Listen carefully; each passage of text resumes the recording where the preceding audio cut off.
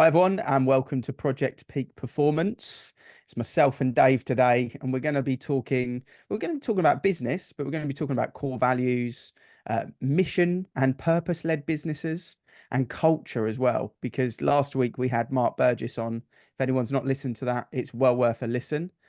And I was pretty sure, to be honest, Dave, that I had my top three episodes that we've recorded locked in, and they weren't going to change. That was my thought, is Yeah. these are my top three. I've taken a lot of gold, but Mark's battered it. He's absolutely battered my top three. I don't know what ranking he's in, but I loved that episode last week. What was it that, because obviously I was on it, so I was privy to everything that went on and was involved in the conversation. But I'm really intrigued to know what was it then? What made that so special for you and beat the other ones?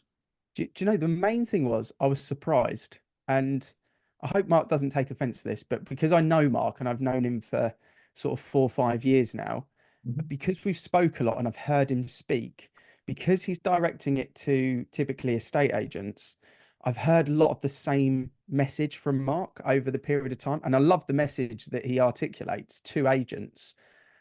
So when I put it on in the car, I half expected to hear that similar sort of message of how he's not pitching his business, but what his belief is around the business to the consumer. Whereas actually this was totally different. He was more talking internally, and I haven't heard him speak like that. So it surprised me about the value that I took from it, because it was about the internal culture, and I haven't heard him talk about that previously. And maybe if he does listen to this review, that would be it. I think he would win a lot more business as well for Iceberg, for Lifecycle in the agency world, if he did touch a little bit on that internal stuff. Because I always talk about self-employed, the self-employed model and getting away from employed.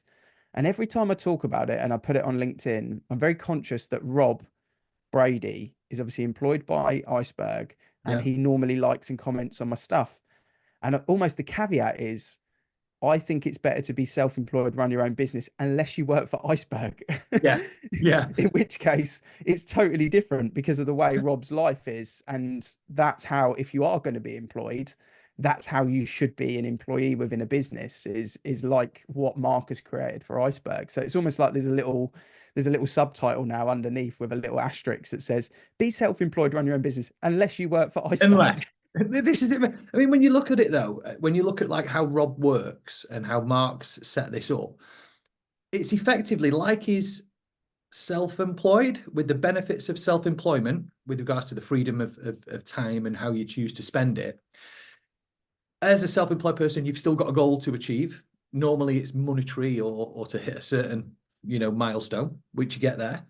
But what you don't get with self-employment is security of a job and the fact that you go on holiday as many times as you want. I love that, within a set period of time. So it seems like it's, from like my perception, I don't know if you've seen this, it's like the perfect hybrid between being self-employed and employed. Yeah. It's like, what is it you really want? Well, I want a bit of security. I want to be part of this team. I want to be part of this mission, everything else. I want my time. I want to be able to go on holiday whenever I want. I mean, it's like having your cake and eating it, really, Yeah. from Yeah. one aspect. So I love that. And I think when I first heard it, I heard that years and years ago about the holidays. I've known that for quite a while, and I'd kind of forgot about it. But when we're on the pod and we're talking about it and Mark's explaining this, I'm thinking to myself in my head, okay, what's my process when I go through? Let's say I've got a job that needs sorting out and I need to employ somebody to do this job. I've already got in my head a good idea of the level of work that this is going to entail, how long it's roughly going to take, and how much I'm willing to spend on it as an average salary. And I could say maybe it's a 20, 30, 40, 50 grand a year job, whatever that is. Now, for me, again, I don't really care. Deep down inside, I don't really care how many time you have off. All I want done is that job to the best of standards. And the only thing I could think is if they finished it really quick, oh shit, I think I've done wrong here. Maybe I should have upped the targets a little bit, which is the only thing I can see being a demise to this thing. But I'm sure that you could figure that out. But we know. So if I'm willing to pay somebody, I don't know, 3 grand a month to do a job, and that job is to hit 10 sales at 5 grand per sale, as long as they do that, if they do that in the first 2 or 3 weeks, then all the clients are happy and everything, they can have like 2 weeks off every single month. And I'm all right with that as long as it can be done. And I think the freedom has just led to an amazing culture. I mean, we've gone into it with the pod, but we're going to break it down today. And how I'd like to run through both of our business models and how I currently run and potentially use some of what Mark's done. And then for a different dynamic, yours would be the multiple office branch. Mm. So although your guys are not office based, they're self-employed, they're all single locations with the same amount of, I suppose, responsibilities that the guys at Iceberg have. You know, It's they've the all got, modern remote way of working, isn't it? yeah, It's, that is the way that the world has evolved since lockdown. Is you're either local, in a premises like you are, like my HQ is. We're local. If we employ, we need local based people for our employees within our HQ. But then you've got the remote based working. I mean, I work with a phenomenal branding company, and I've known Rich and Louis recently, but Rich I've known for a long time, and all of their staff are all remote, because it's a marketing and branding agency effectively, and yeah, the culture there is fantastic. They've got an amazing culture, but everyone is remote, which shows me that that's that's the future. That's the possibility of how you can do it, or you've got that centralized function like a classic estate agency office, or a HQ function, etc. And what you were talking about there with Mark, what I really kind of liked about it was when he said, just don't let me down. yeah, So you can have all the rope you want, but the caveat to that is don't let me down. yeah. So if someone goes too far with the rope, with the holiday, or the It can go creativity, around your or neck. yeah, it's getting ringed effectively. And that, I just think, that then means that, and I think he said you can't teach a lot of this stuff to people. It's either in them or it's not. But that really comes down to your morals, doesn't it? It comes down to your upbringing. It comes to your life background, your foundations, how It you've built will. yourself. Is either you care or you don't care about letting someone down that pays your salary at the end of the day. So that was a real big takeaway. I was like, yeah, have all the rope you want, but just don't let me down. And that's not a black or white. That's not a target. Yeah. It's not a clock in, clock out. It's just don't let me down. There's the I, project. I wonder if, so we're talking about like culture. One of the biggest things that we've mentioned here so far is about the freedom within the role, but there's also these rules. And I wonder,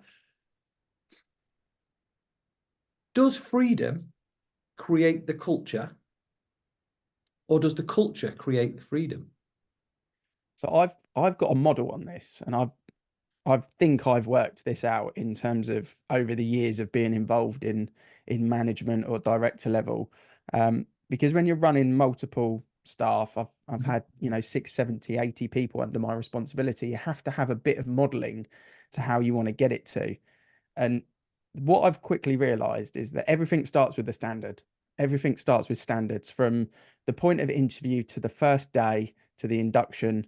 Standard. What is the standards of the business, the office, the individual, the line manager? Everything starts there. So that's for someone to come into your business and say, oh, this is the standard they work to. Yeah. And And an with expectation standard, of that standard as well. That can't drop. It's exactly. the minimum. Exactly that. And with Mark, it was his core values is these are the standards. So you're either in it or you're out, but this is our standard.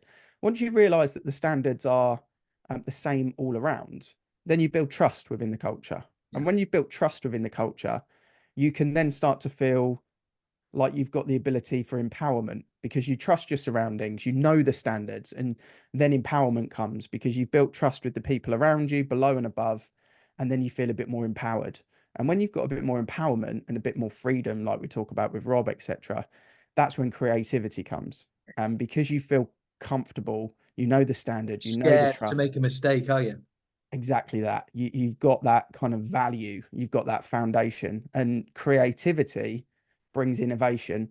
And when you've got the innovation coming from the creativity because of the standard, because of the trust, because of the empowerment, you then get self-sufficient teams. And Yeah. self-sufficient teams is obviously the holy grail of any performance team. Common But goals. exactly that. But where a lot of the problems start in business is the standard is wrong at the start. Yeah. Do what I say, not what I not what I practice, or you get in there and you don't quite believe you were oversold in the interview, or the culture of the business is not what it says on the website, or, you know, it was kind of like that person was really great, but now I've never seen them again. And this person's dog shit. It's kind of the standard builds the trust, which builds the empowerment, creates the creativity, the innovation, and the self-sufficient performance team. Yeah. But if you haven't got the layers, you don't get to the bottom. Yeah. And then you're constantly micromanaging and running a team. But it feels to me like when I talk to you, Dave, you've maybe that modeling hasn't been there at the forefront of your mind because it's I sort of created that in my own head. But it feels like your team, and since you came into it with Yeah. Courtyard, as if you sort of look at those lists, you must have a lot of staff that are kind of ticking all five of those. Yeah, 100%. When you said it starts with standards, I mean, I think obviously if you've listened back to the story, I'll bring it down really quickly. I've owned the company for, I don't know, 10, 12 years now or something. And for the most part of that, I didn't touch it. I bought the company, it was an investment, and it was there to do other things, to be honest, as a secondary to other businesses. And for probably best part of, let's say, 8 years, for argument's sake, I don't know what this is, but don't date me on these. If you go and check it, I might be wrong, but 5, 10, 8 years, I don't know. It was a fucking long time though. I just left that company to run however it was running previously because, well, I didn't really know any different, to be honest. But then once I had, I basically was given, I couldn't get out of it. I had to jump into the office. My manager left and I was going to be in a bit of shit if I didn't act upon it quickly. She took 6 months to leave. So it wasn't like I was dropped in the shit immediately. But one of the things that I went in, I thought, right, I'm going to really try and understand the business. And that's what I did. I started to put in standards of everything and change everything. And one of my, I suppose, my journey through this was to come in, realize as a really green business manager, not an estate agent at all, like, fuck, I don't really know that much about this business. I don't really know how to get the best prices. I don't know how to grow that well.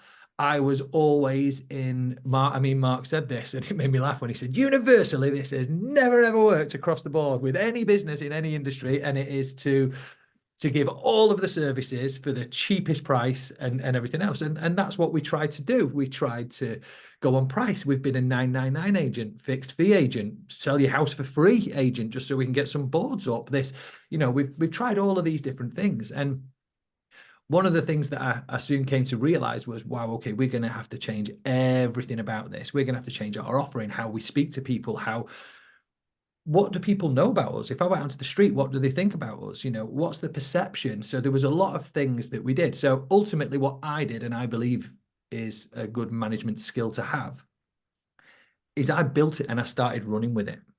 And I had to do that because I didn't really know whether I was doing the right thing or the wrong thing in all honesty here now. But I started going with it. I got the first maybe 10, 15 in it, a really good fee. We would start charging 1.5%. I had to do that because I couldn't afford the photographer if I didn't. And there was a big leap in the dark. I remember having a photography bill for like $4,000 and no sales. And I'm like, holy shit, this is probably a bad idea. What are we doing, girls?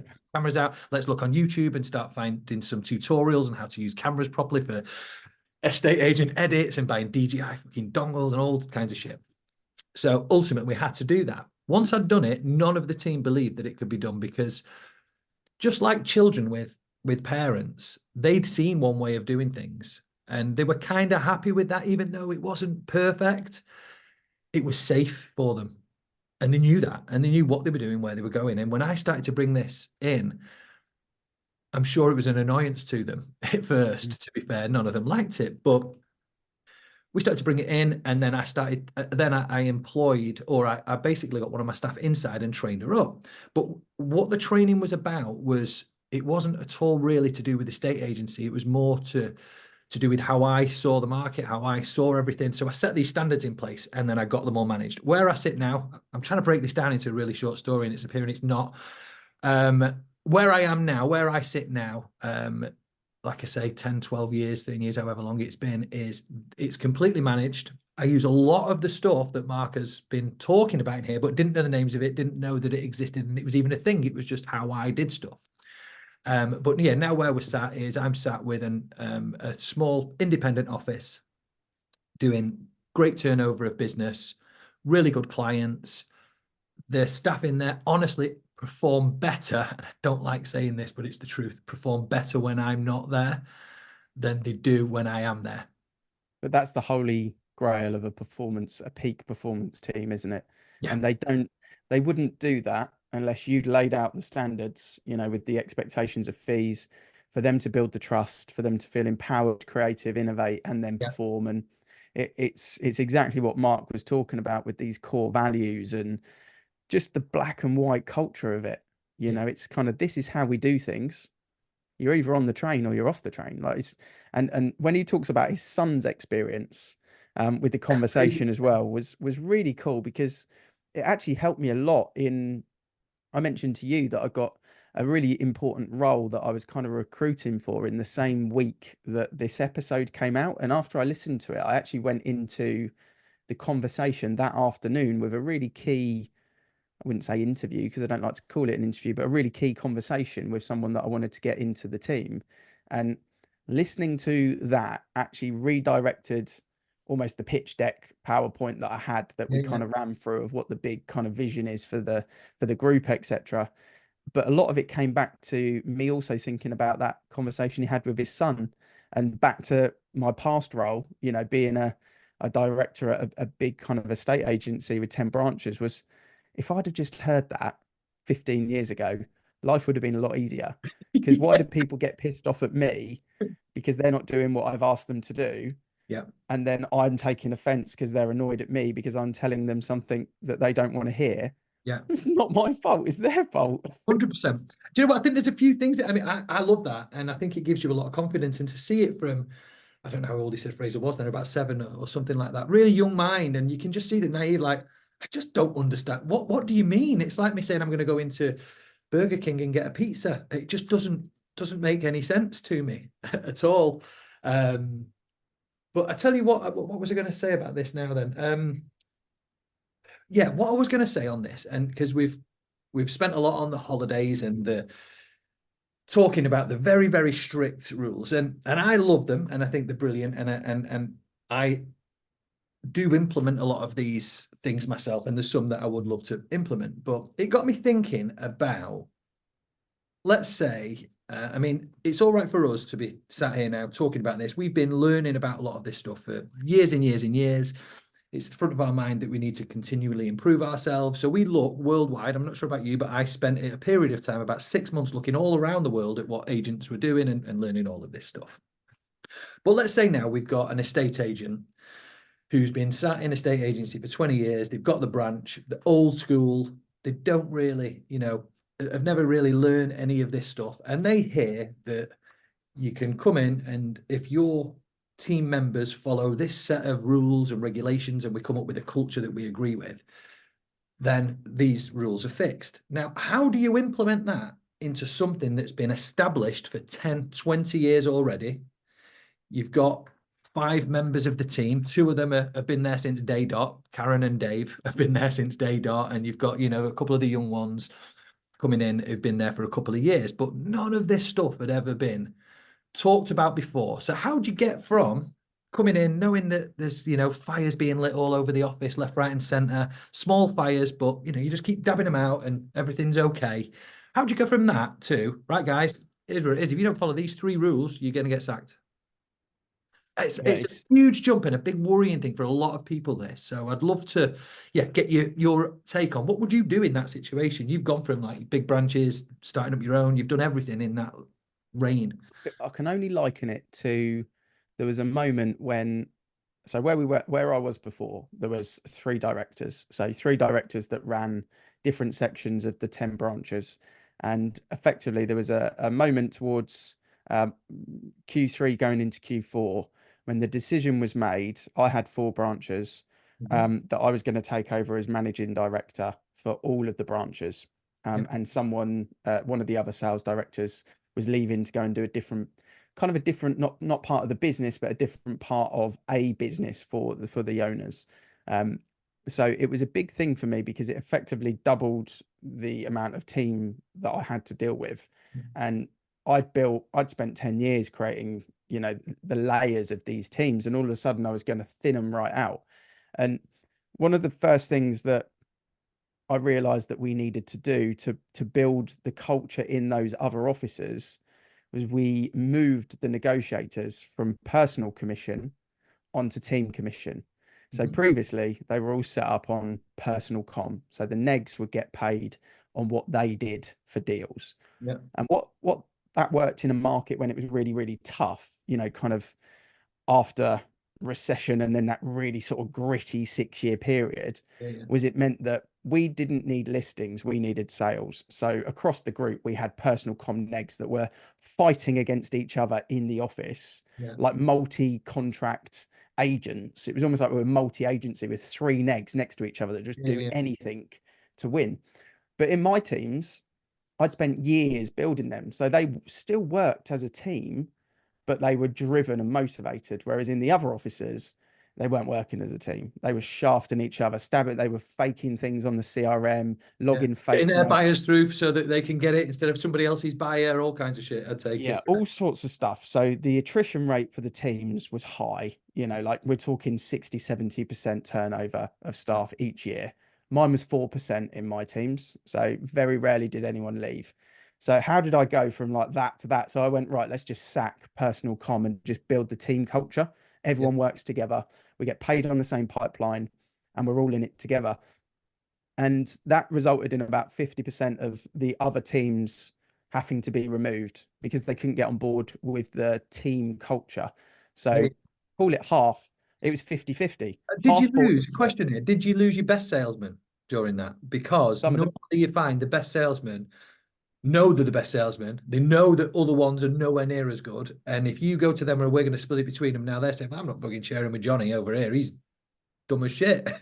And they generally leave the best ones. And it's the weaker ones that tend to stay. So yeah. I'm curious to know, did that happen? If you define the best salesperson by figures, Yeah. then yeah, Yeah. yeah, we did. We lost some 10 years, some 11 years, that have been there a long time.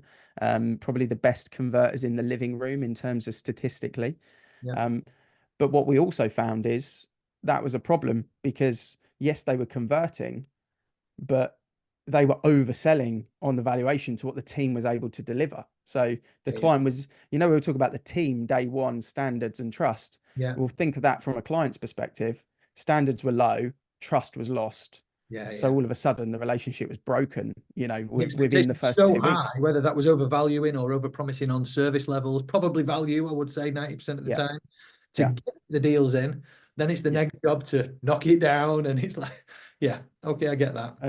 And in those sort of environments, what I'd worked out over the years is you need the team culture. You need everyone to be in it together. You need everyone to go for Friday beers and Yeah, stay out till 2 o'clock in the morning on Saturday and love each other like they're brothers and sisters, and then come in hungover on Saturday, but just work for each other even though they don't really want to. Like that was the culture. It's fine, do that, but don't come in and shaft each other the next morning or let the person down by calling in sick because you've got a hangover. yeah, Just would never happen in my teams.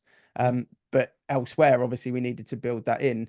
So yeah, what I realized is in a team, you need a spine, you need a good converter, that can list, and you need a creative negotiator that can pull a deal out of his ass on a yeah, Thursday yeah, when you've got no figures in. And then either side of that, you need water carriers, high support, an amazing branch administrator, yeah, strong after sales, a neg that's prepared to just do anything for the team. They might not have the best figures, but they're probably the most important person for the client.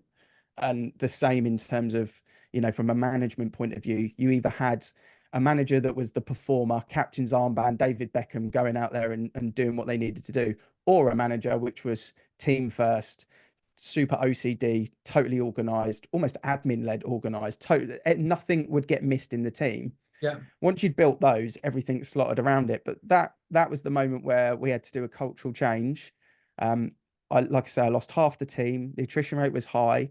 I remember doing in November 36 interviews in 1 month and put myself in hospital because I literally like broke down physically from the stress that I put on my body to get it right. But the next year was the first time in the company's history that we had across all 10 offices, we were number one on market share for sales, and that's never been repeated.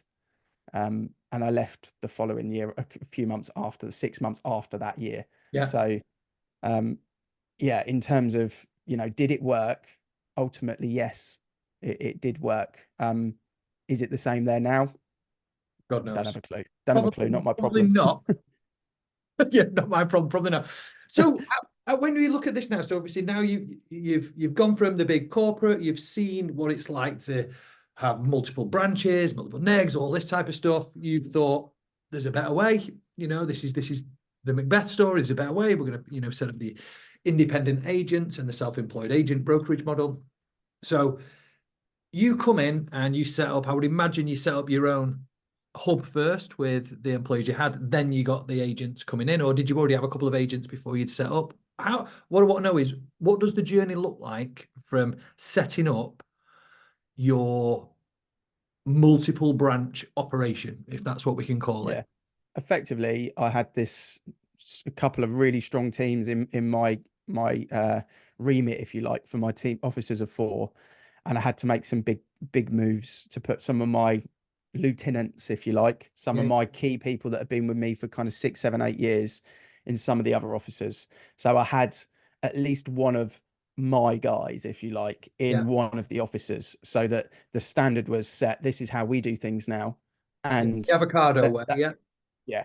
And although in how it was in reality, they were my voice. They weren't my voice, they were our voice. That office of four, that's how we'd done it. It wasn't just my idea, it was their ideas as well. So it was their ideas, it was their style, it was their standard. So although I was strategically moving them, they were going and going, I put them fully empowered in there. Look, it's your office now, or it's your setup. You know what's right, you know what's wrong. Just go and deliver it. Don't let anyone take the piss. So it was and their were empowerment these to go and get it. guys at the same level as you in shares of the company and stature, or were they? So they were. So okay, this is what I'm trying to figure out. When the first four come, were they all like kind of were all equal, or was it no? There was a hierarchy. There were you guys work for this brand Yeah.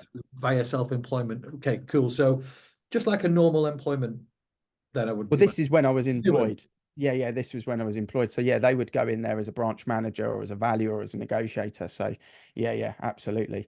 Avocado, totally different story altogether. But this is where I was previously, in an employed role as an MD. Um, so yeah, it was exactly what Mark's talking about with that cultural shift. But for me then with avocado, and when obviously we sort of started that, the whole culture thing was vital, but it was Yeah, more around the purpose of and again it goes back to your question in the first 5 minutes of this: how does it differ having these sort of remote roles, these freelance kind of self-employed agents that run their own limited company? yeah, I can only bring it back to what our core values are as a business, which is the mission is to create a business so good that you would recommend your mum to it, yeah, to be the most in the community and innovating estate agency in your area, yeah, and that we believe in the magic of moving home. Those are the three statements. The magic of moving home is this the vision of the 8-year-old boy running on completion day. The dad or the mum opens the door and they run up and find their new and their bedroom, and they're first like, bedroom. Yeah, yeah, well, they find the new garden. They're like, wow, this garden's like 4 times the size. yeah. It's a bit like that film out of, Okay, Brothers, goosebumps where they're here because going, I'm feeling what you're saying here. that's what it is. Yeah, And, there's magic in Disney, Disneyland is magic. yeah. So that family kind of culture, bringing that to the house move day, completion day, and seeing the fun and the excitement that the kids got, and then the proudness on the parents. You only get that if you go and open the door with them. If you just deliver the keys in the office and tell them to come and park in it, you don't see that. No, So very different culture, very different setup with Avo, because it was all around the people, the family, the magic, and ultimately, if you're going to recommend your mum to a business, you've got to feel it'd be good. trust. Yeah, Yeah. yeah. So two different worlds, but How does what it Mark work? was talking about, it relates to me a lot because I've seen the two different sides of it. So now let's say, okay, so there's an X, let's say we're going to look at the self-employed model for avocado now.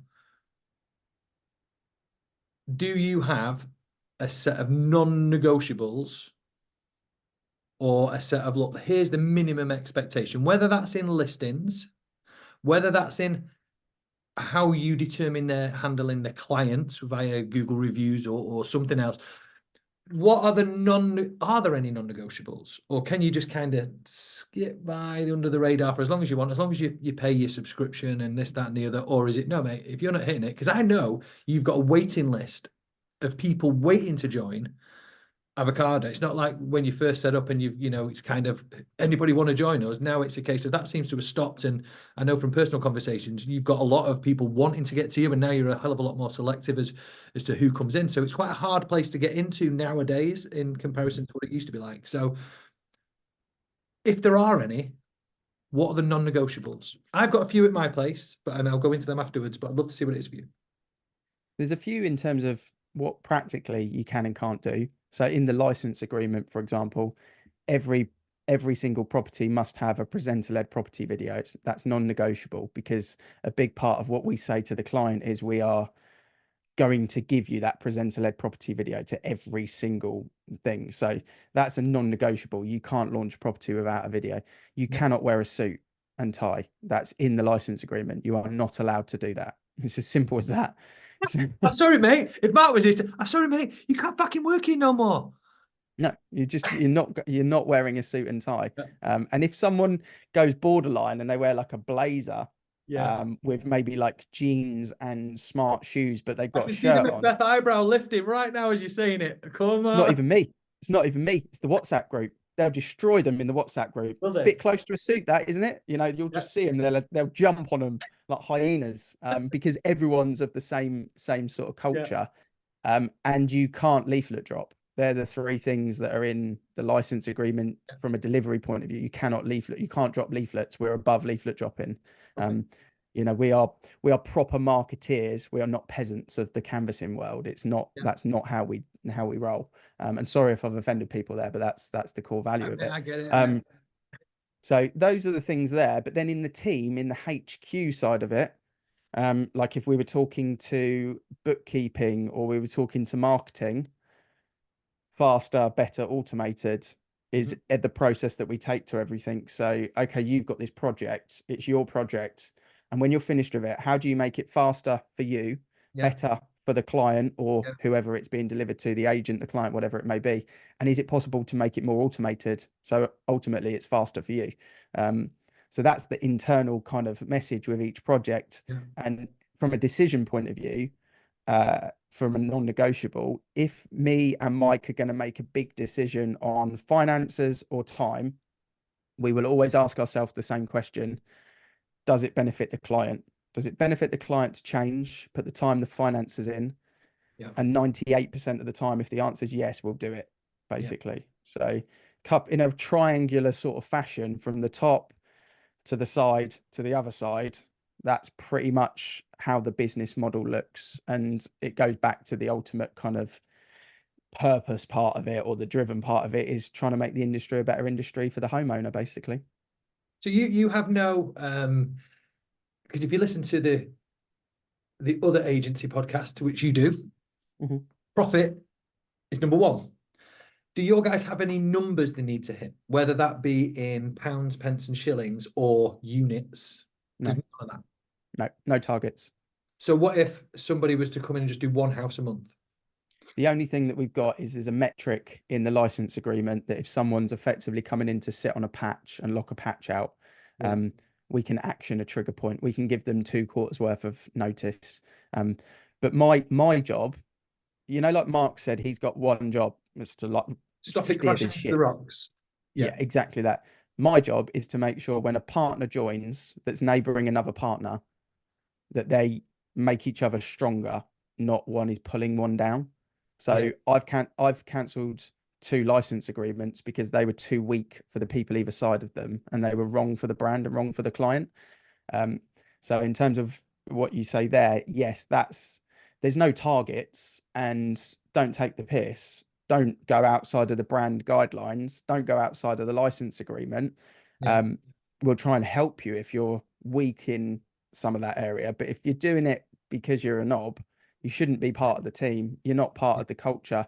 The Marine Corps sort of way of we're stronger next to stronger people either side Yeah, of us. 100%. That's the kind of ingrained sort of vibe of it, and that's my job, is to protect the partners from having people that are weaker than them next to them, which is from a high level what we try and make sure. And if we just take that view, and it doesn't matter what the targets are, the fees are, because everyone's driven to try and be better, and it will happen And the organically. standard is always Yeah, high. Then no yeah, matter what people see, because I love that about the avocado branding. I think you do it really, really well. Some other agents, they don't have it. You look at maybe something like the EXPs, this, they don't look the same. Yours is down to the key rings. I'm sure you guys wear avocado underpants and you just don't tell anybody. But I mean, you can clearly tell the avocado branding away from any other model, I think, by a mile. But you do shock me there, actually, with regards to the numbers, because that's one of mine. In mine, as a property broker, for one, for a better word, because I don't like estate agent, I don't like lister, and I don't even know what a neg is.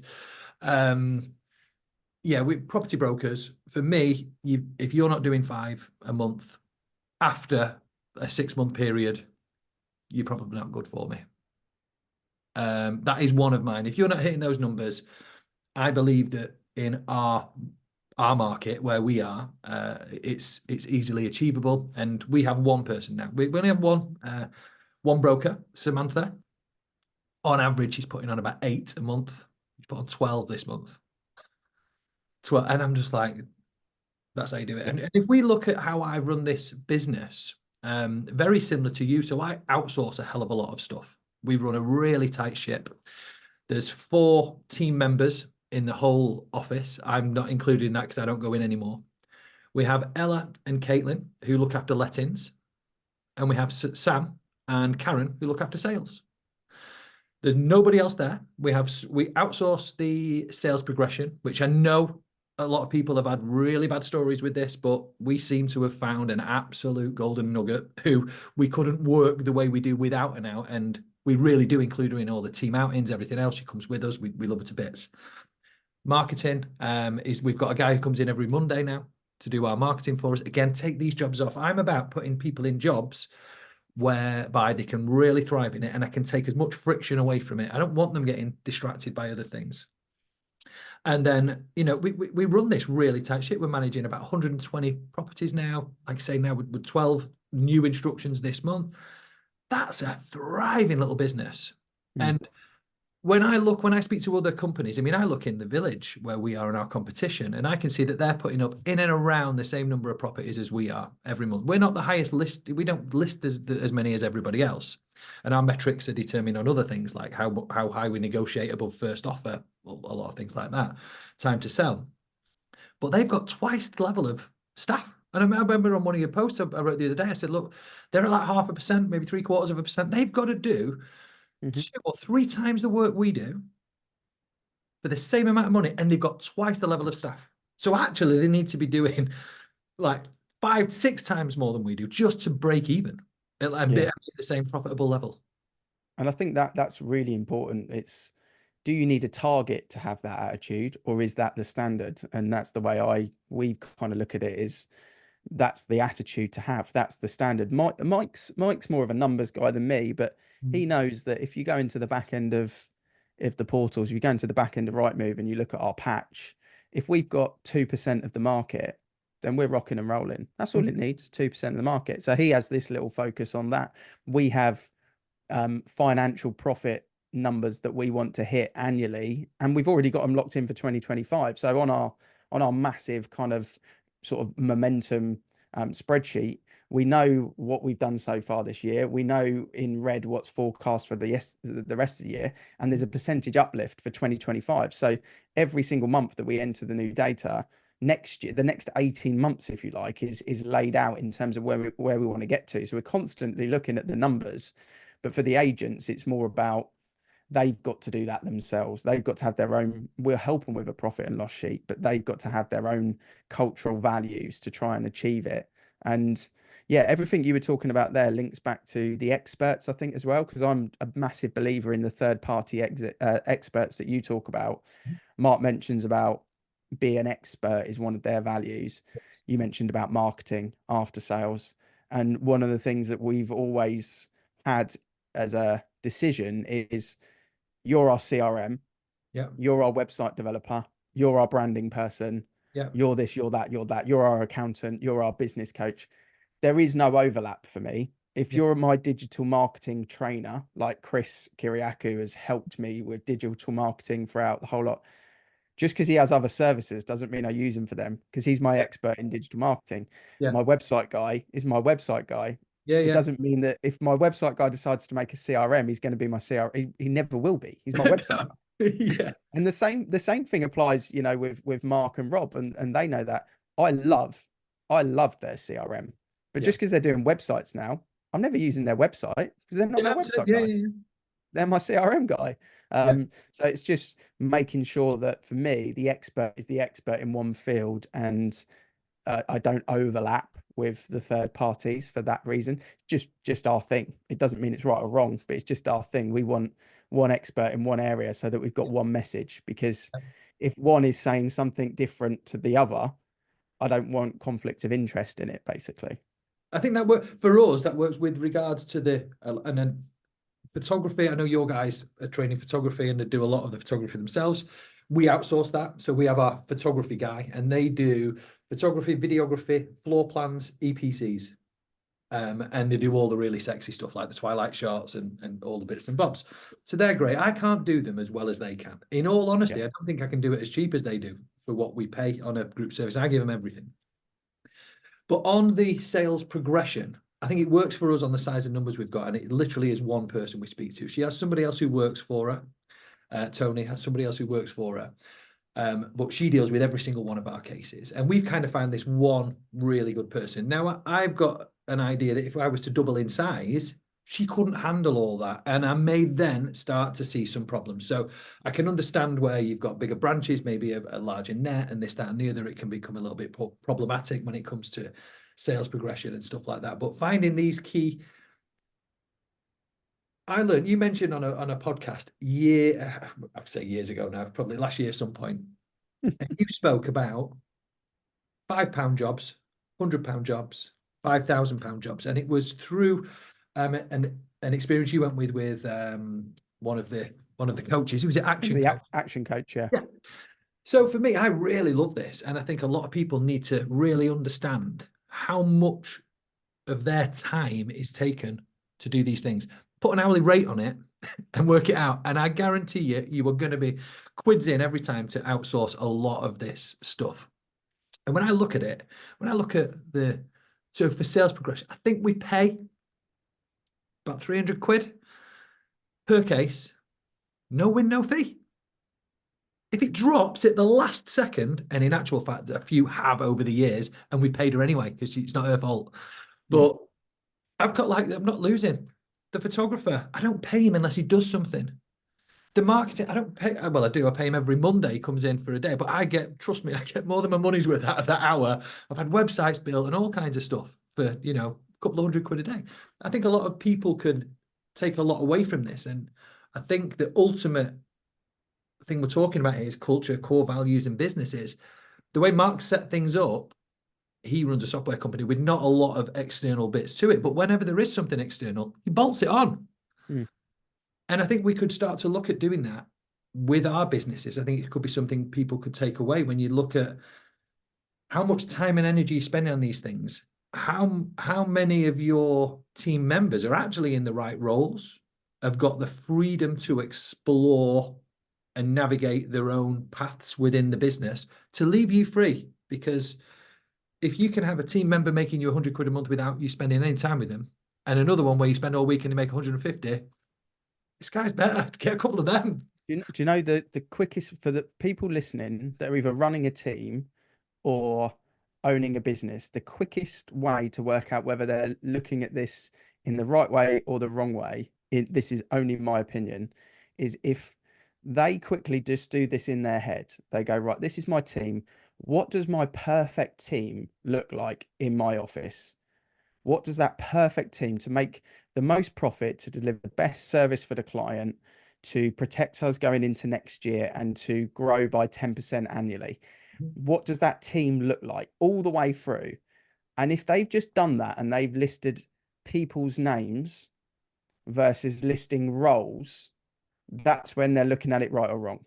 Because the perfect team is not a person, the perfect team is the role that your team, your business needs structurally Yeah. to deliver. And then people slot into those roles. So whether you just done it the yin or the yang or the black or the white or the A or the B will dictate whether you're looking at it wrong. And if you do that by going and doing it, in my view, the right way, which is to say, right, this is the roles. Yeah. And in this role, this is the job spec, responsibilities, and non negotiables. And then do that for your office, your team, or your business. Yeah. And then look at the people that you've got in those roles.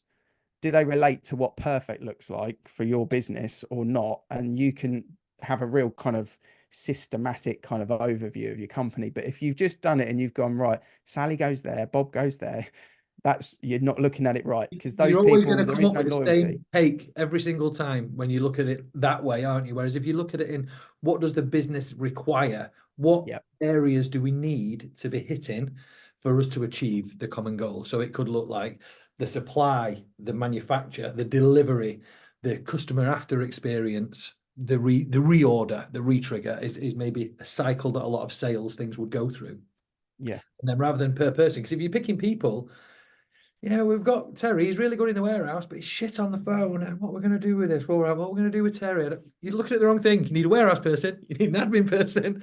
100% get that. I've never heard it put like that, mate. I quite like that. But if a lot of people liken it to like sports teams, for example, you know, the England football team is the big topic because we're going into the Euros, and everyone's like, right, you've got to get him in, you've got to get him in, you've got to get him in.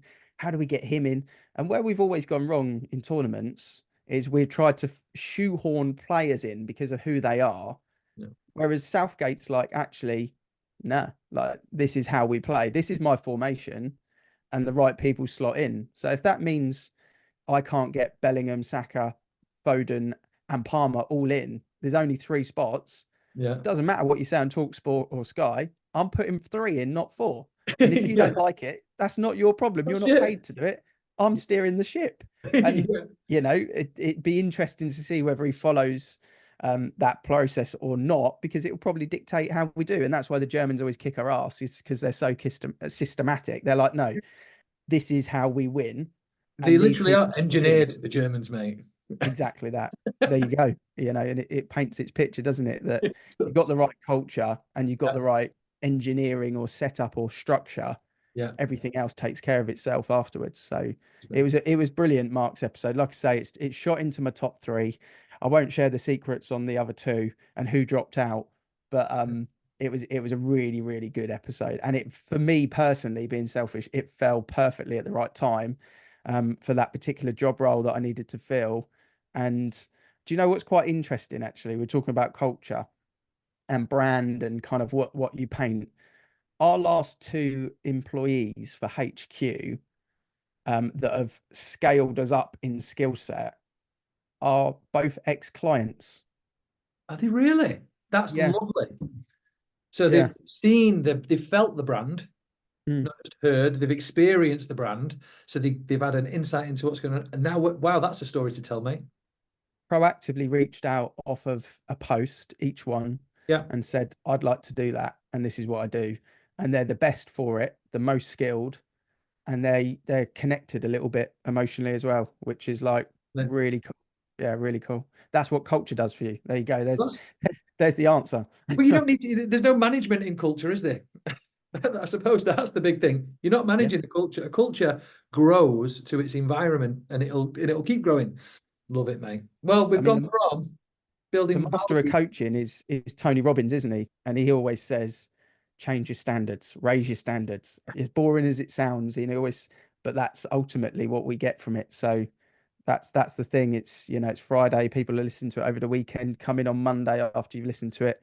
What's the standard in your environment, personally and professionally and relationship wise? They're the 3 things for me. 100%, yeah. And put it up there. Put it up where you expect it to be. Yeah. Definitely. I mean, if anyone can spend a bit of time and just go through and just analyze, maybe over the weekend, over a beer or whatever. I think we've got a bit of barbecue weather coming this weekend, which would be nice.